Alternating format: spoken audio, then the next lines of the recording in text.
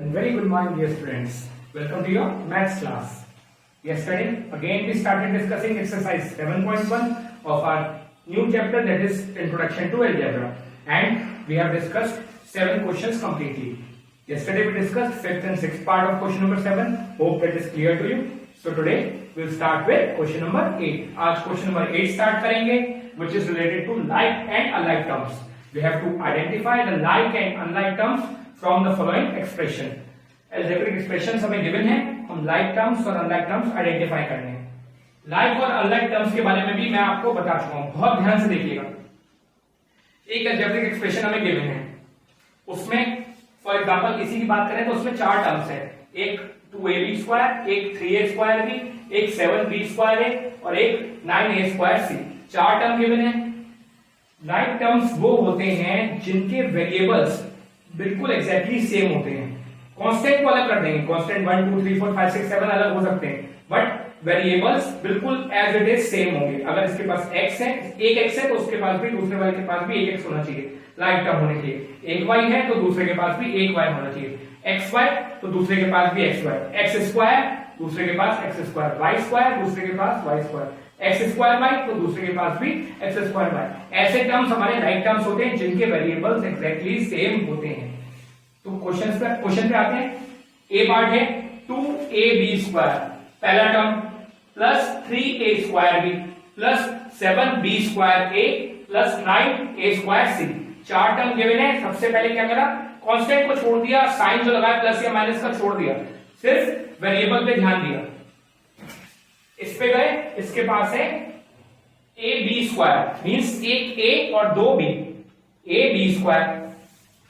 इसके पास है ए square B, 2a और 1b. सेम तो नहीं हुए ना, इसके पास 2b है, इसके पास 1b है, इसके पास एक a है, इसके पास 2a है, तो ये सेम नहीं हुए, तो ये दोनों लाइक टर्म्स नहीं होंगे. अब थर्ड वाले पे आते हैं. बी स्क्वायर ए, बी स्क्वायर मतलब 2b और 1a.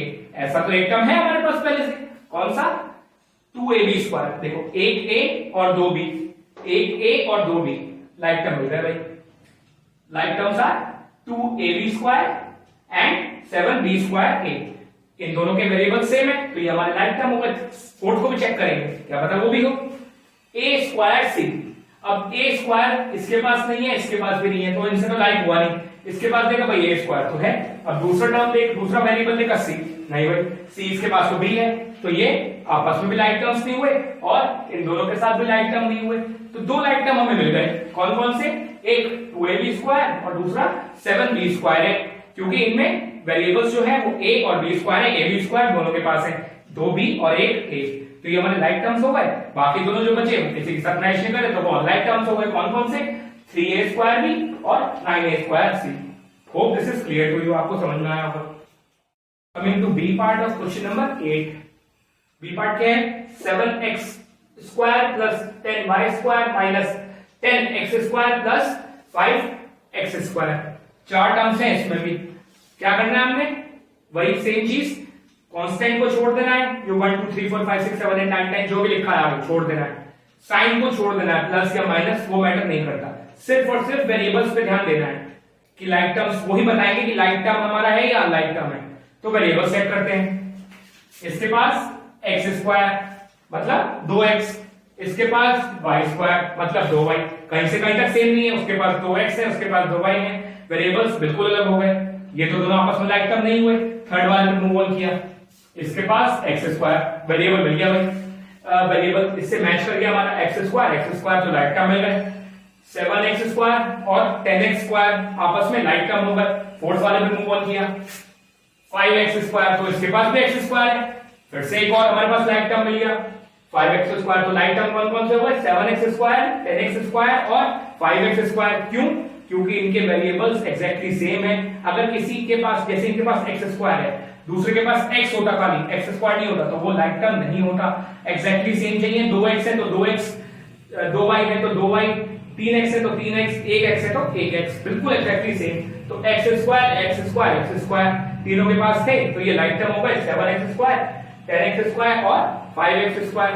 अनलाइक टर्म जो एक बचा 10y स्क्वायर, वो किसी से भी मैच नहीं कर रहा तो वो अनलाइक टर्म हो गया 10y square. Coming to C part of question number 8, which is 7bc minus 3b plus 5c plus b square c square minus 6b square। तो इनके भी वेरिएबल्स कंपेयर करेंगे। फर्स्ट टर्म पे आएंगे सबसे पहले, तो फर्स्ट टर्म है हमारा 7bc, तो इसके वेरिएबल्स है b और c। सेकंड टर्म है हमारा 3b, तो इसका वेरिएबल है b तो मैच कर गया, बट c नहीं है तो लाइक टर्म नहीं हुए। थर्ड पे गए, थर्ड है हमारे पास 5c, तो उसके पास c है b नहीं है, तो ना तो ये इससे मैच किया और ना ही फर्स्ट वाले से मैच किया, तो लाइक टर्म ये भी नहीं हुआ। अब b square c square b भी है और c भी है, बट दो है, 2b है 2c है, तो ये ना इससे मैच किया, इसके पास एक बीटा c नहीं था, इससे भी नहीं किया और इससे भी नहीं किया, तो अभी तक चारों में से कोई भी टर्म लाइक टर्म नहीं हुआ। फिफ्थ पे b स्क्वायर, 2b है c नहीं है, तो दो अगर c स्क्वायर होता तो इससे मैच कर जाता, खाली एक c होता तो इससे मैच करता, खाली सिंगल b होता तो इससे मैच करता, और b और c दोनों होते एक एक तो इससे मैच करता। तो पांचों में से कोई भी टर्म किसी से मैच नहीं किया ना, तो मैच नहीं किया तो कोई भी लाइक टर्म नहीं हुआ। There is no like term. इस वाले अलजेब्रिक एक्सप्रेशन में एक भी लाइक टर्म नहीं है, तो लाइक टर्म नहीं है, तो बाकी सारे टर्म्स क्या हो गए, पांचों के पांचों टर्म अनलाइक टर्म्स हो गए। 7bc, 3b, 5c, b square c square and 6b square, ये हमारे अनलाइक टर्म्स हो गए सारे। इसमें इस अलजेब्रिक एक्सप्रेशन में कोई भी लाइक टर्म नहीं है। Moving to D part of question number 8, which is 10xyz plus 2xy minus 2y square plus 15zyx minus yz। पांच टर्म्स इसमें भी गिवन है। कंपेयर करेंगे इक्वल भी टर्म, उनके वेरिएबल चेक करेंगे और ये बताएगा कि लाइक टर्म है या नहीं है। 10xyz के वेरिएबल है x y z, एक x एक y एक z।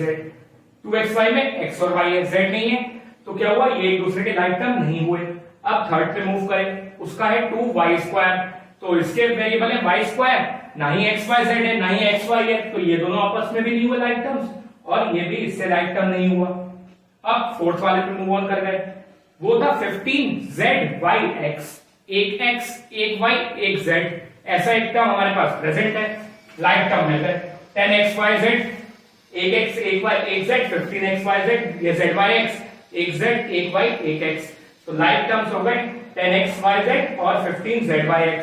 फिफ्थ वाला चेक किया क्या सेम है, इट इज yz, x नहीं है वरना सेम हो जाता, yz तो आएगा नहीं लाइक टर्म्स में, और यहाँ पे भी कोई yz वाला नहीं है, ये xy वाला है, ये y स्क्वायर वाला है, तो ये तो तीन टर्म हुए 2xy 2y स्क्वायर और yz, ये किसी के भी लाइक नहीं है, तो ये अनलाइक टर्म में आ गए। 2xy 2y square plus yz, और हमारे लाइक टर्म हो गए 10xy और 15yzyx। So hope this question related to like term and unlike term is clear to you. Note it down in your notebooks. Coming to question number 9. Two parts we'll discuss today and rest of the parts we'll discuss tomorrow. So coming to question number 9. Write the following formula and specify the variables. Which variable represents what? हमें formula लिखना है और ये लिखना है कि कौन सा वेरिएबल क्या रिप्रेजेंट कर रहा है।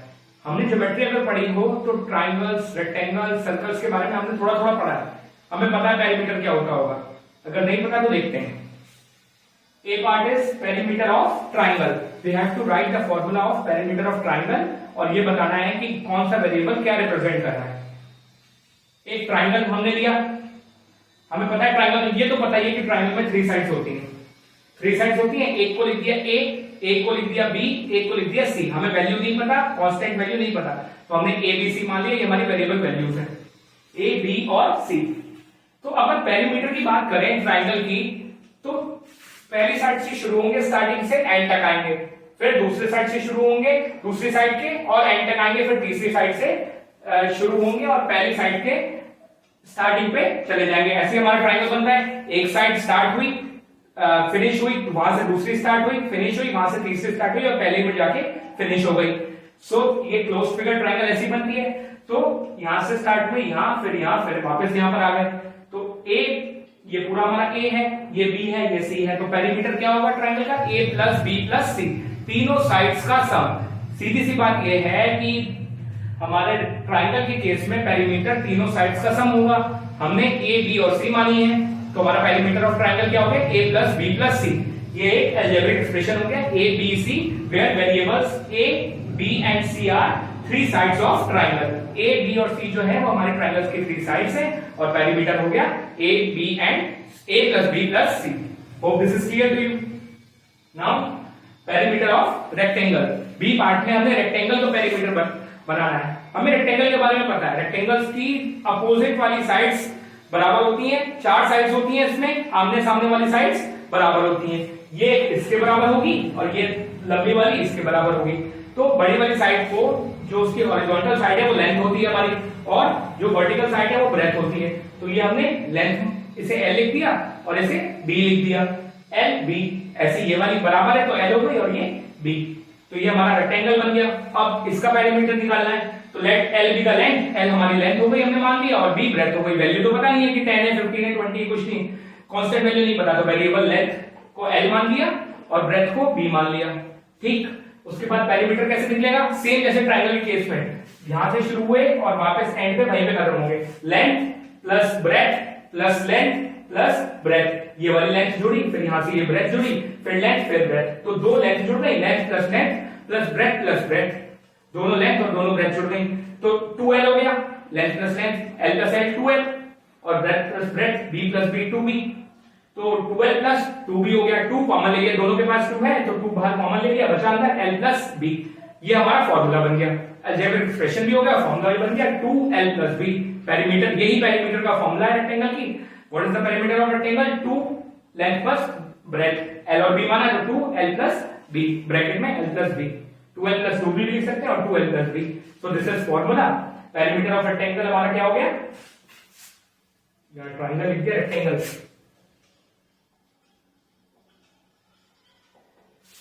पेरीमीटर ऑफ रेक्टेंगल हो गया हमारा 2L प्लस B, जहां पे L जो हमारा है वो लेंथ को रिप्रेजेंट कर रहा है वेरिएबल और B जो है वो ब्रेथ को रिप्रेजेंट कर रहा है। Hope this is clear to you.